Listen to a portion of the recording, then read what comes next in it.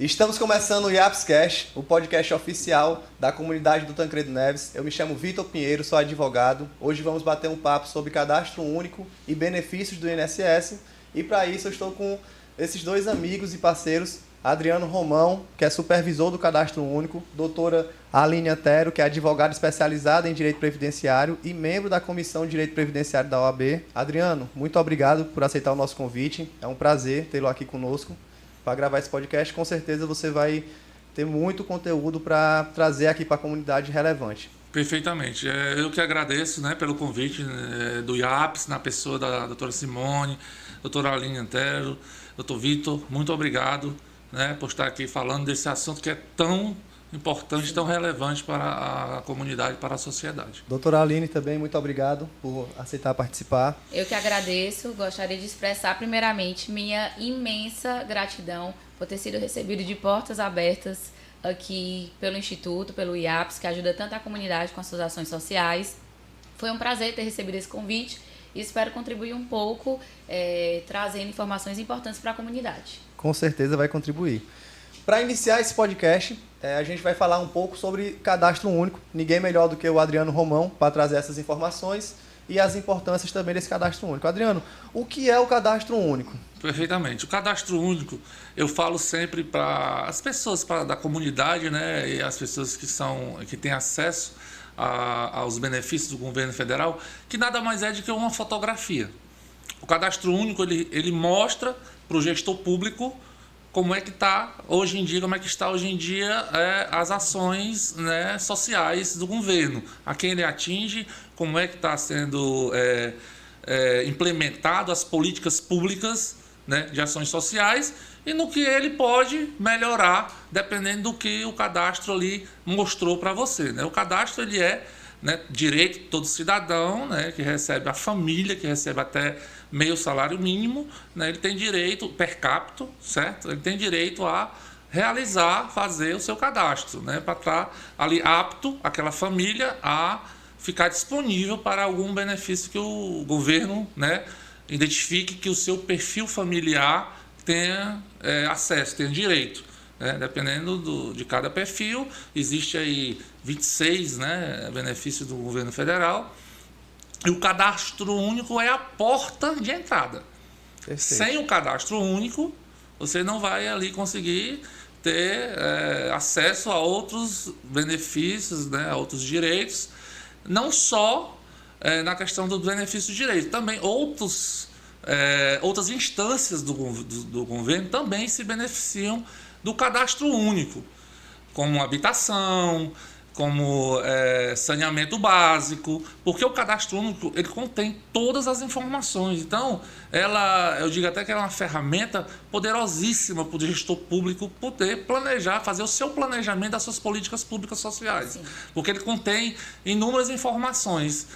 Então, como eu falei, as políticas elas são canalizadas de forma efetiva. Anteriormente, existia muito gasto de dinheiro público que não era investido de forma efetiva. Com o cadastro, não. Agora o governo ele pode realmente, os gestores públicos, canalizar aqueles investimentos nas ações sociais para quem realmente necessita, certo? Anteriormente existiam 3 grupos, aquele grupo em que o governo não tinha um controle social de forma efetiva e que era distribuído de forma igualitária, ou seja, pessoas que não tinham necessidade recebiam a mesma coisa da pessoa que... Então estava havendo aí um desperdício do dinheiro público. Certo? Perfeito. Depois foram se aprimorando, o cadastro único veio para aprimorar, inclusive a terceira geração, que eu acredito agora com o advento das IAs, que é as inteligências artificiais, elas vão dar um boom muito grande no cadastro único, na forma de selecionar cada vez mais de forma efetiva, para dar realmente aquilo que cada um merece receber, para não haver essas divergências que acontecem na sociedade. Basicamente, assim, de forma mais simplificada, é uma forma do governo mapear, ter dados para que ele possa implementar benefícios de maneira mais objetiva para aquele grupo social, de forma que consiga ter uma eficácia maior então, para aquele grupo social. Sim, sim. Esse cadastro único, depois feito, ele precisa ser atualizado Sim. ou uma vez feito, ele segue com você até o resto da sua vida? Perfeitamente, perfeitamente. As pessoas, muitas famílias, o governo ele bloqueia, né, faz um bloqueio num determinado período de 2 anos, né, para o Bolsa Família. O BPC agora está sendo anual, que é o benefício de prestação continuada, né? Então, como é que eu vou ter uma efetividade nas minhas políticas públicas se o meu cadastro está desatualizado?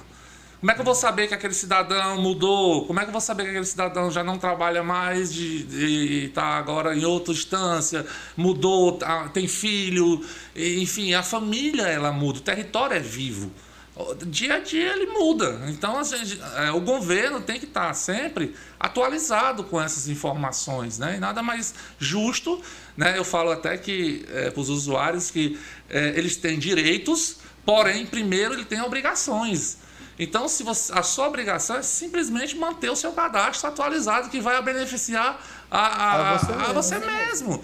Então essa conscientização que nós fazemos é de grande importância, não só para eles próprios, porque, digamos, a fotografia social dele muda, ele tem direito a outros benefícios que nem ele sabia. Entendeu? Então, com essa atualização, vai abrir novas possibilidades para receber alguma gratificação, algum valor a mais, algum programa social. Algum programa, que o Bolsa Família, um exemplo a gente pode citar, a mulher, a gestante. Quando ela está gestante, dentro da condicionalidade da saúde, que é algo importantíssimo, que muita gente não está indo fazer a sua condicionalidade da saúde no posto de saúde do seu bairro. O que acontece? O governo sinaliza o Bolsa Família que aquela mãe não foi atualizar o seu cartão de condicionalidade da saúde, que é um dos fatores de bloqueio do Bolsa Família. E aí acaba acontecendo o bloqueio.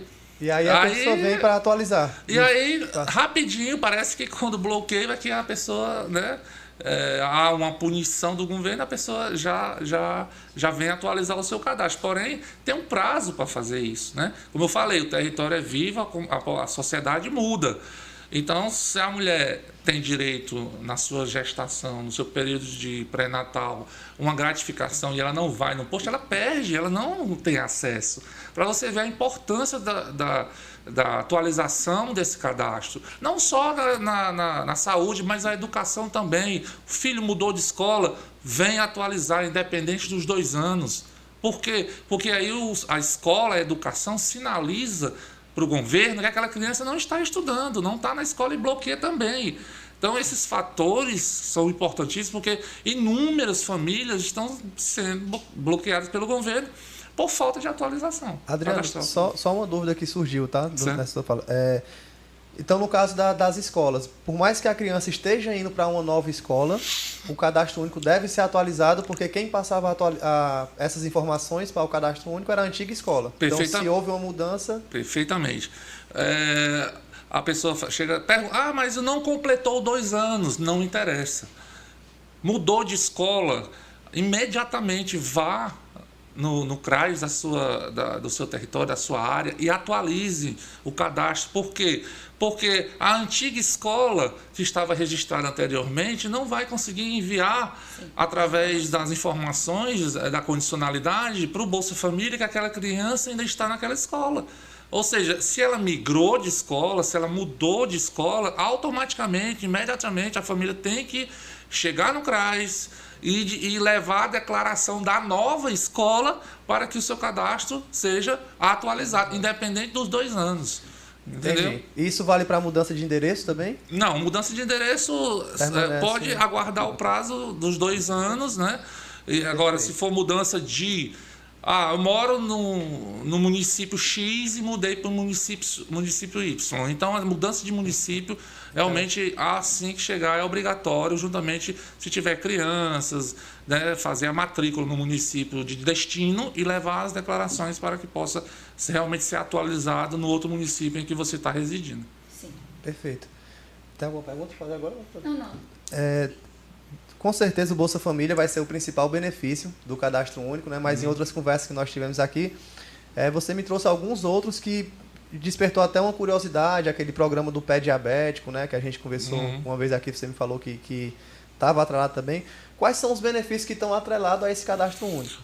O cadastro único, como eu falei, ele é a porta de entrada, né? Para 26, se eu não me engano, 26 benefícios do governo federal, que está aí em todo o Brasil. Os estados, eles se adequam a alguns, né, aderem a outros, né? Então, os mais assim conhecidos, né, que a população conhece mais e que busca, né, o Bolsa Família, é o carro-chefe, né, não deixa de ser. Tem o Vale Gás, né? O Vale Gás ele tem 3 instâncias, ele tem o municipal, ele tem o estadual e o federal.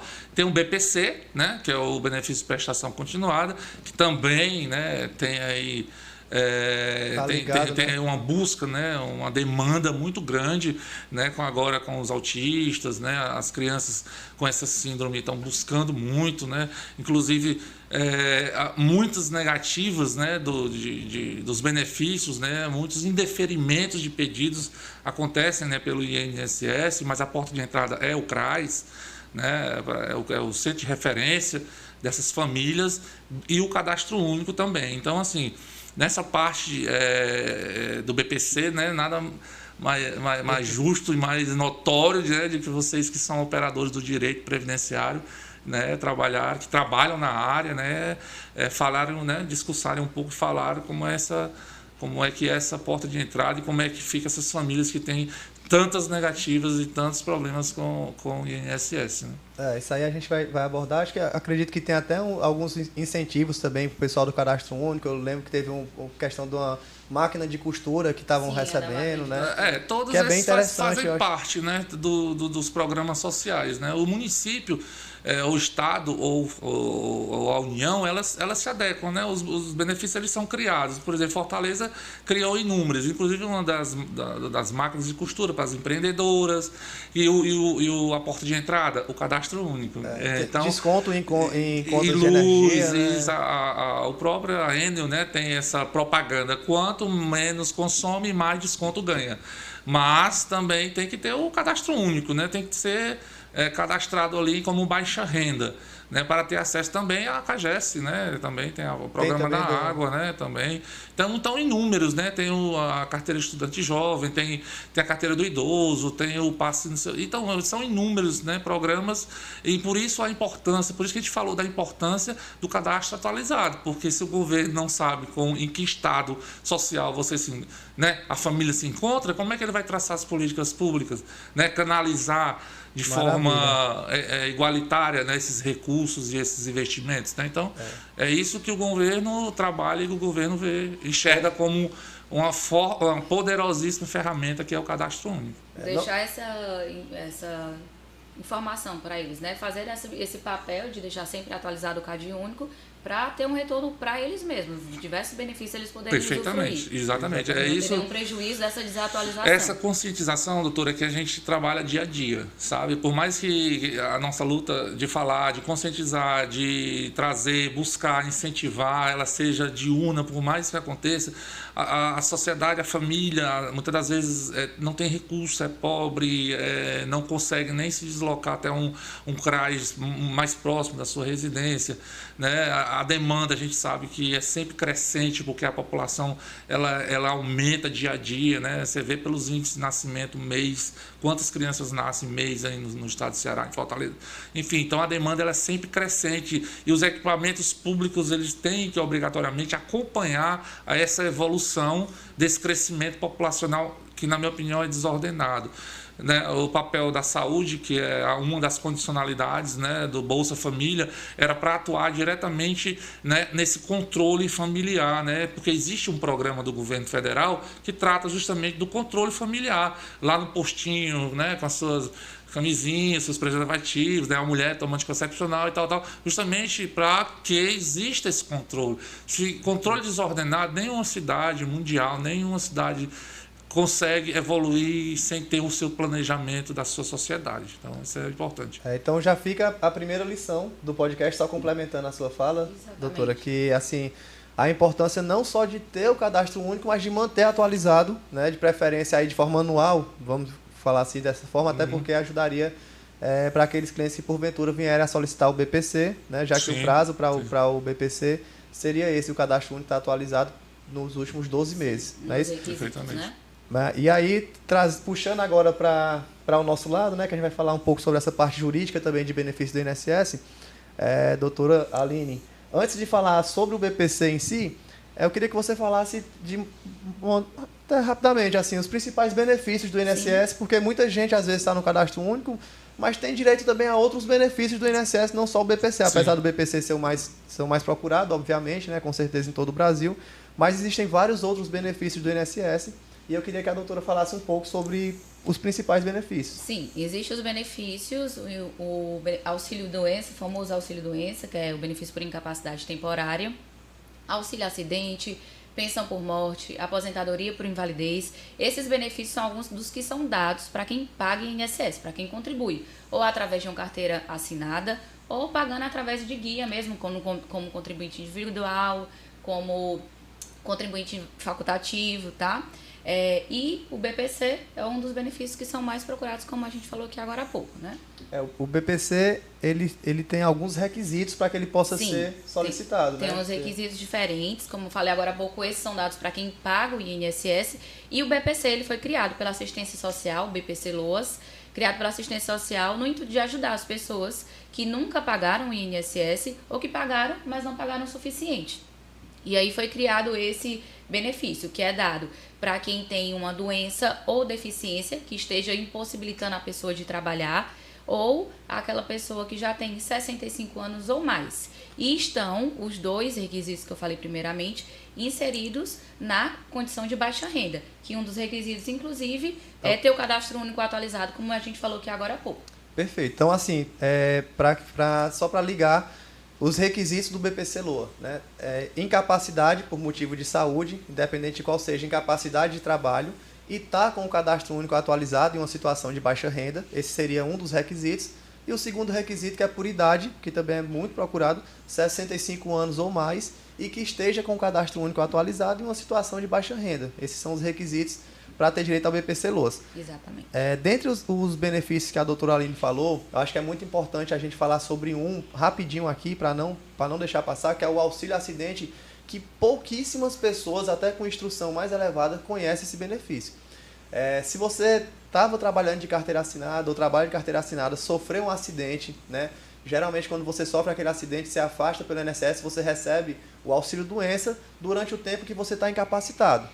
Mas se esse acidente ele trouxe para você uma sequela, se você teve uma redução na sua capacidade de trabalho por conta desse acidente, você tem direito a um segundo benefício, mesmo depois que você retorne ao trabalho, que é um benefício chamado auxílio acidente. Esse benefício você pode receber mesmo que esteja trabalhando em carteira assinada. Não é como o auxílio doença, porque o auxílio doença você recebe enquanto está incapacitado.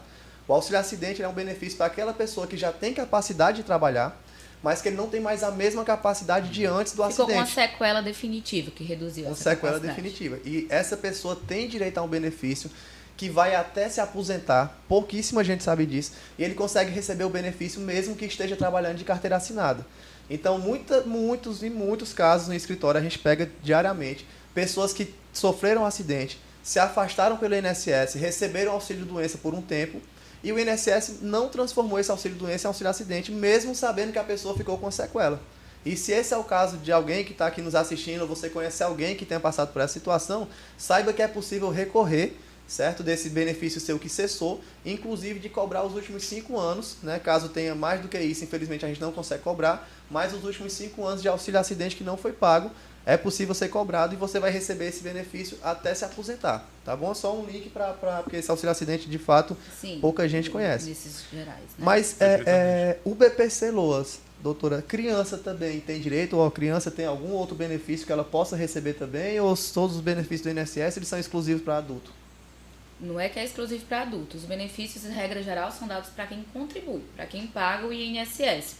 No caso de uma criança, obviamente, por ela ser menor, ela não vai estar contribuindo, mas ela pode sim receber o BPC LOAS, que a gente falou agora há pouco, o baixa renda. Ele é dado exatamente se essa criança ela tem alguma condição de saúde, alguma doença ou deficiência que possibilite ela de se desenvolver em igualdade de condições com os demais, dificulte o aprendizado dela, e aí ela tem que estar inserida numa família baixa renda, ou seja, não basta ela ter a doença ou deficiência que impeça esse desenvolvimento dela. Ela tem que estar inserida numa família baixa renda, ou seja, um exemplo, uma criança que ela tem a condição de autismo em grau elevado. Se ela mora somente com a mãe, essa mãe, ela não tem condições de sair para trabalhar, porque ela tem que dar atenção exclusiva para essa criança devido à condição dela de saúde. Essa criança, essa mãe, ela vai estar se enquadrando no requisito da doença ou deficiência e na questão social. O BPC-LOAS, ele passa por 2 perícias, a perícia médica e a social. Tem que ser aprovado nas 2 para que o benefício seja deferido pelo INSS. Então, sim, é possível uma criança receber o BPC-LOAS. Perfeito. Então, só deixando claro que INSS, via de regra, você deve estar contribuindo para ter direito aos benefícios que estão lá, do INSS, mas o BPC-LOAS, ele é o benefício para quem nunca contribuiu ou quem já contribuiu e parou de contribuir há muito tempo. Então, se você está nessa situação também ou conhece alguém, saiba que você talvez possa ter direito e é interessante você buscar um advogado de sua confiança para se informar a respeito disso, tá? Outro ponto que eu acho que é importante a gente falar também, doutora, é com relação às negativas do INSS, como o Adriano, sim, que o Adriano falou agora. Ele trouxe na fala dele e, de fato, são muitas negativas, muitas, né, pessoas que fazem o requerimento e que têm um benefício negado pelo INSS e muitas vezes pessoas que teriam direito ao benefício e ainda assim o INSS nega, né? E aí é onde entra também o papel do advogado. Você quer falar um pouco? Você prefere que eu fale? Pode seguir. Hoje nós estamos num escritório que já atua há mais de 12 anos aqui, graças a Deus, e são mais de 5 mil clientes que se beneficiaram. E todos todos não, mas a grande maioria nesse cenário, tá? Eles foram até o INSS com incapacidade, fizeram um requerimento do seu benefício, independente de qual seja, e o INSS foi lá e negou, mesmo a pessoa estando incapacitada. Então, se isso aconteceu também com você ou com algum conhecido, saiba que essa negativa do INSS não é o fim do mundo, certo? Você pode judicialmente recorrer dessa decisão e o melhor de tudo, você pode receber todos os atrasados desde o dia que você deu entrada lá no INSS e o INSS negou o teu benefício de forma indevida, né? Você deveria estar recebendo. Então, todos esses meses que você passou sem receber, você consegue receber de uma vez só, né? A gente chama dos atrasados. Retroativos, né, doutor? Os retroativos. E receber também para frente, né? Se for um benefício, por exemplo, como o BPC-LOAS, que ele é um benefício aí que vai ao longo da vida do cliente, então ele tanto consegue receber para trás, como ele consegue receber também ao longo da vida dele, certo? Judicialmente, a gente reverte muitas negativas do INSS, porque a gente sabe que muitas vezes o INSS, até pela demanda de pedidos e solicitações que são feitas, acontece muito de não ter uma atenção, realmente um cuidado especial com vários requerimentos que são feitos e às vezes acabam negando quando o cliente está em uma situação de incapacidade total. Então, independente de qual seja a negativa que o INSS trouxe para você, é importante demais conversar com um advogado de sua confiança para saber se de fato esse benefício deveria ter sido negado ou não, porque a grande maioria não deveria e judicialmente a gente consegue reverter essa negativa. Doutor, os beneficiários do CRAS, eles falam, reclamam, não é que reclamam, você sabe, o benefício quando não é liberado, deferido, né, causa um certo desânimo, tristeza, né? Gera expectativa, desesperança. Né? Na verdade, você vai ali com a doença, né? Em uma incapacidade, isso por si próprio, né? Já é um motivo de causar um desânimo na família, né? E aí você chega e aí recebe aquela notícia de que foi negado, e aí muitos falam, o meu médico parece que não fez o meu laudo, fez errado. Isso tem veracidade para efeito de análise do INSS? Um laudo bem elaborado? Pode influenciar? Essa é a dúvida maior também que as pessoas, né? Completamente. Pode influenciar, sim. Quer falar? Não, pode falar, doutor. O laudo, o médico ele tem que especificar os sintomas, as limitações, tá? Para exatamente eles entenderem que aquela doença ou deficiência está incapacitando para o trabalho. Veja bem, não é uma doença ou deficiência que te faz ter direito a um benefício. É uma doença ou deficiência que te incapacita para o trabalho. Então, eu posso ter alguma doença que mesmo com ela eu posso desempenhar uma função. Eu não vou ter direito a benefício. Agora, se eu tiver uma doença que ela não está respondendo à medicação, não está respondendo ao tratamento que está sendo dado pelo médico, aí sim, ela está me impossibilitando de exercer minha função e eu vou passar a ter direito a esse benefício. É direito meu ter direito a esse benefício. Então, por isso, a importância do laudo do médico ser bem elaborado. Tá? Às vezes o médico coloca aquela informação básica, obviamente o médico não vai inventar nada, mas após uma consulta àquele paciente dele e identificação dessa incapacidade, ele colocar um laudo elaborado com os sintomas, limitações do CID, se a pessoa está incapacitada por prazo indeterminado ou por 30, 60, 90, 120 dias, ele conseguir estimar essa incapacidade e isso vai fazer total relevância para o deferimento ou não do pedido. O INSS recebeu um laudo sem informações básicas do médico que consultou, pode vir sim a ser negado pelo INSS. Principalmente, Adriana, assim, só complementando a resposta da doutora Aline, quando a gente... Vamos levar para a prática agora essa tua pergunta, tá? O cara sofreu um acidente, quebrou a perna e vai fazer a perícia com a perna quebrada. Por mais que o atestado médico dele seja um atestado médico, entre aspas, ruim, que não traga tantas informações, facilmente o perito consegue perceber a incapacidade, né? Você está lá com a perna, um joelho quebrado, a perna engessada.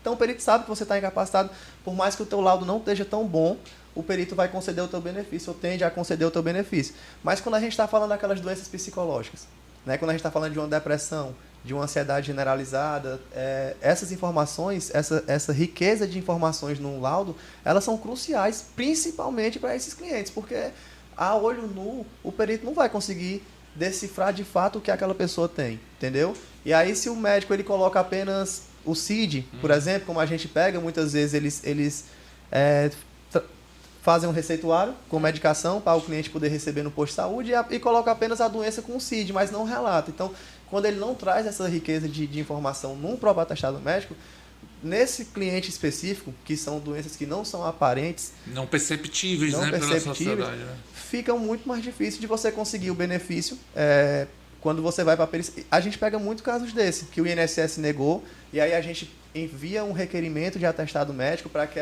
passa instruções no atendimento, para que esse cliente ele consiga um atestado médico um pouco mais completo, às vezes até com o mesmo médico, entendeu? Mas como eles não sabem o que é necessário que tenha no atestado para viabilizar esse benefício, muitas vezes eles não pedem. A partir do momento que eles têm a informação, na próxima consulta, eles já voltam para a gente com um atestado bem mais completo, já com as informações que são pertinentes, e aí fica muito mais fácil da gente conseguir reverter essa negativa judicialmente. E só para ressaltar aqui, cada benefício ele tem o seu requisito.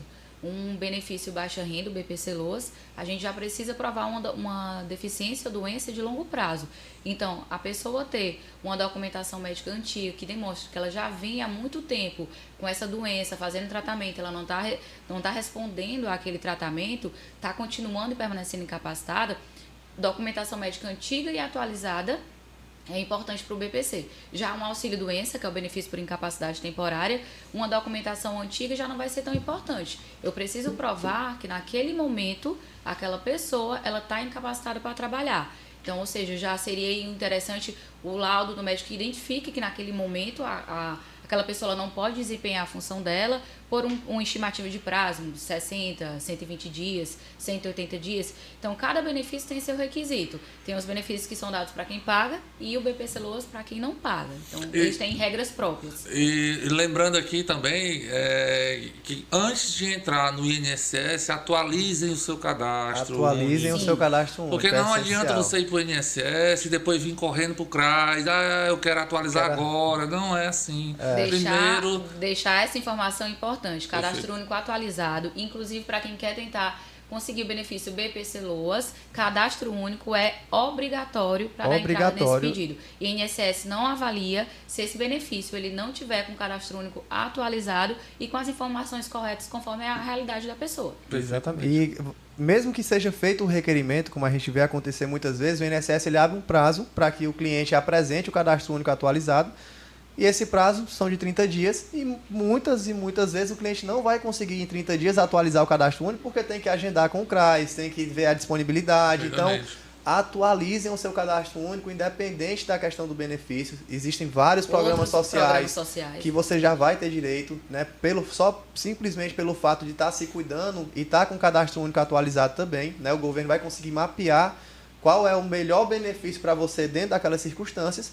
E no caso do BPC Lousa, ele vai ser essencial. Então, até uma forma de ganhar tempo também no requerimento é já vir com esse cadastro único atualizado. E também, assim, a Justiça ela tem já as suas jurisprudências, né, por aí afora.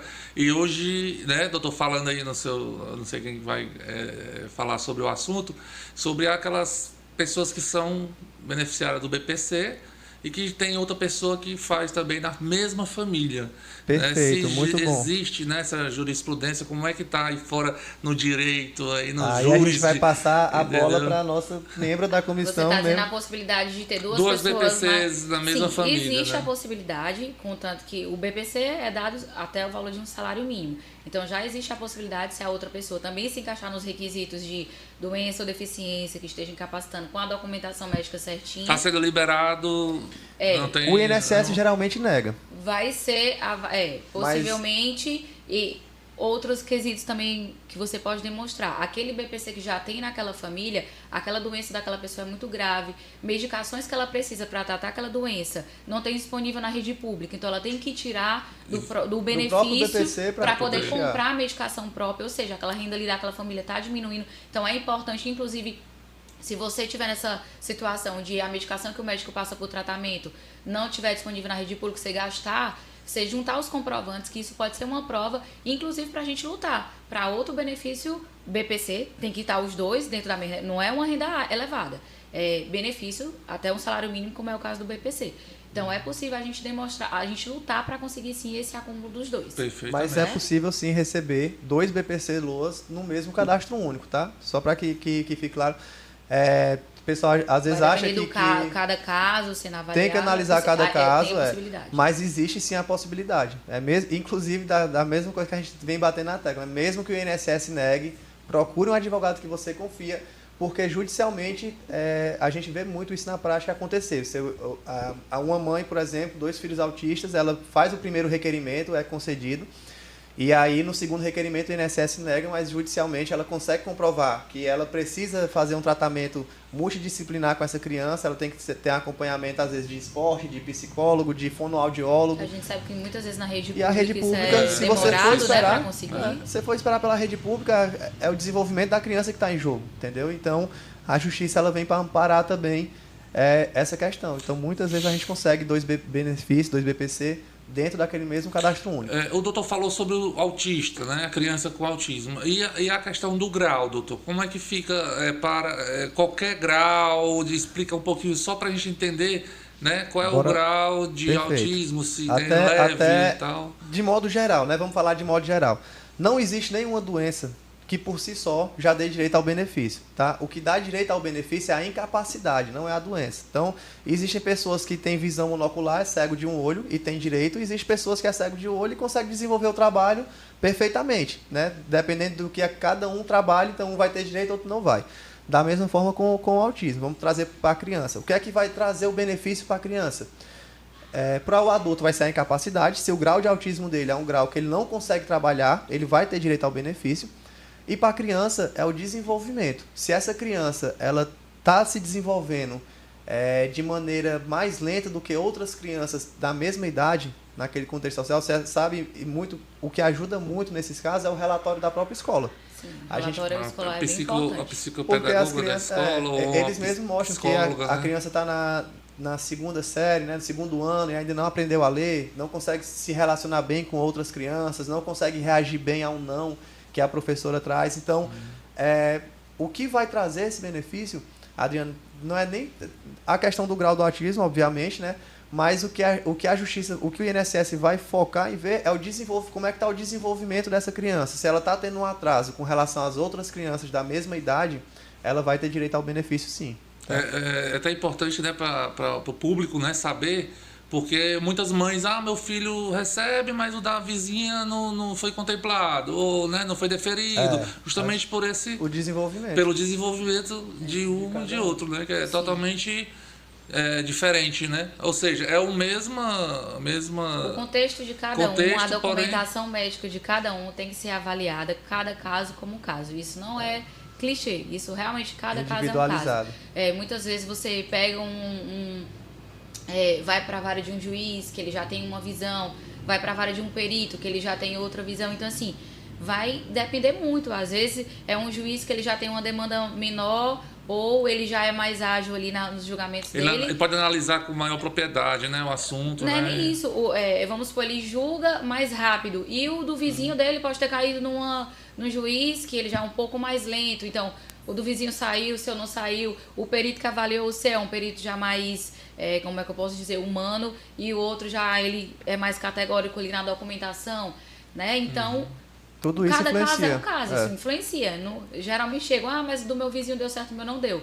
Você tem que olhar para o seu caso, para a sua documentação, para o desenrolar do seu processo. E o que é que pode ser feito para fazer um novo requerimento e que dessa vez viabilize se de fato aquela pessoa tem direito ao benefício. Né? Porque às vezes mesmo a justiça negando, a gente consegue, renova a atualização, renova a documentação médica, faz um novo requerimento e, às vezes, no segundo requerimento, mesmo já tendo uma negativa da justiça anteriormente, consegue também receber o benefício. Mas aí, contando com a distribuição do processo, para onde vai, não, como a doutora falou, tem uns que é mais humano, se cair no que é mais humano, tem mais chance. Tem uns que focam mais na análise ali criteriosa da documentação, então por isso a importância de uma boa documentação. Se for você pegar aquele que já é bem criterioso com a documentação do médico que já vem te acompanhando e ele focar só naquilo dali, ele não tiver uma documentação médica tão boa, o médico não colocou tão claro os sintomas, as limitações, a dificuldade que ele encontra com aquela condição ali de saúde,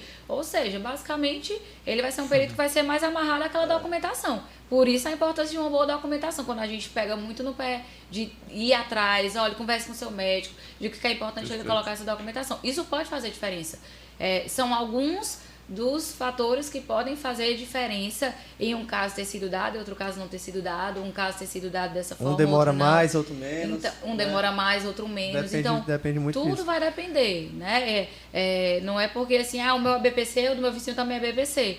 Você não sabe como é. Pode dar entrada no mesmo dia os dois. E Sim, um demorar um ano, outro demorar 6 meses, menos. entendeu? Vai depender de para onde foi, cada processo, da distribuição do processo, vai depender da documentação médica, vai depender de como cada um deles está respondendo à medicação. Pode ser que um responda melhor a medicação do que o outro. Então, ou seja, o perito ali ele já vai ficar mais amarrado. Peraí, esse aqui tô vendo aqui no relatório médico dele que ele também tem um certo desenvolvimento. Vai depender do perito também, muitas vezes, né? Tanto é que na própria orientação da perícia, quando a gente está fazendo a orientação, existem pontos que a gente fala, mesmo que o perito não lhe pergunte, fale isso aqui para ele, porque são informações que são relevantes, entendeu? Existem algumas informações. Ela fala, às vezes, ali pra gente no atendimento, a mãe de uma criança, por exemplo, mas com o perito, eles ficam um pouco nervosos, acha que já entra ali, meu Deus, ele já não olhou direito pra mim, não pegou. Então, tem uma trava. Não, você não tá mentindo, você tá falando a verdade, sua criança seu filho tem essa condição, você tá dizendo que dentro de casa é assim, que recebe reclamação da professora na escola também dessa maneira.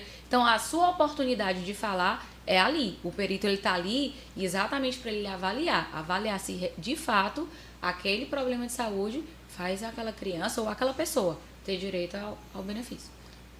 Perfeito. Pessoal, acho que já extrapolou aqui o nosso tempo, até um pouquinho a mais do que o combinado. Mais uma vez, eu queria agradecer de coração a vocês pela participação. Tenho certeza absoluta que esse podcast tem uma riqueza muito boa de conteúdo para a comunidade, né? Tá bem voltado aqui para a comunidade do Tancredo Neves e mediações e a todos que possam nos assistir pela internet também. E espero que a gente consiga gravar outros, né? Aprofundando um pouco mais sobre cada tema desse. Cada tema desse que a gente falou, daria para gravar um episódio completo sobre cada um. Eu, particularmente, me sinto muito satisfeito, né? Aprendi muito, né, com vocês aqui sobre... E a gente também, porque muitas pessoas perguntam em relação ao cadastro único. Na verdade, é uma via de mão dupla, né? Exatamente. Você sempre nos ensinando. Trabalhando em parceria, né? Um aprendendo com o outro, e quem ganha é sempre a comunidade e a sociedade, né? Sim, perfeito. Com certeza. Então, acho que é isso. Espero que muito obrigado a todos. Espero que vocês tenham gostado desse nosso primeiro episódio, mas, como falei, espero que venham outros também. E é isso, pessoal. Até a próxima.